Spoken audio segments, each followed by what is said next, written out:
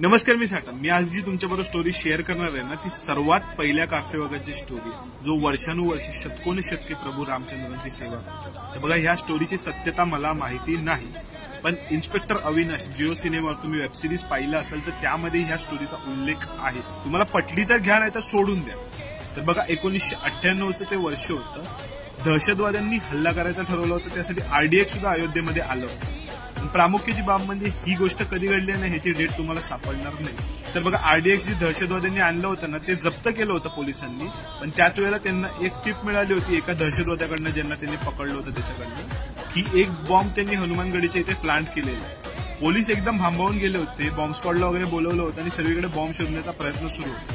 त्याच वेळेला एका पोलिसाला कळलं की एका थंड पाण्याच्या डिस्पेन्सर जवळ एक वानर काहीतरी वायर खातोय. आता पंचायत झाली होती की वानराला कसं भागवायचं आणि तो बॉम्ब डिफ्यूज कसं करायचा, कारण कधीही बॉम्बला टोवू शकत होता. त्यावेळेला त्यांनी एक केळ टाकलं त्या वानरासमोर, पण वानराने त्या केळ्याकडे धुंकून सुद्धा पाहिलं नाही. ती वायर तोडली आणि ते वानर निघून गेलं. त्यानंतर ज्या वेळेला ते बॉम्ब स्पॉट तिथे गेला आणि ते बॉम्ब चेक केलं ना, त्यावेळेला कळलं की तो बॉम्ब डिफ्यूज झालेला होता. बघा, बऱ्याच लोकांचं असं मत आहे की तिथे साक्षात पवनपुत्र हनुमान आले होते आणि त्यांनी बॉम्ब डिफ्यूज केला होता आणि त्यांची सुद्धा इच्छा आहे की तिथे राम मंदिर झालं पाहिजे. बाकी जय श्रीराम.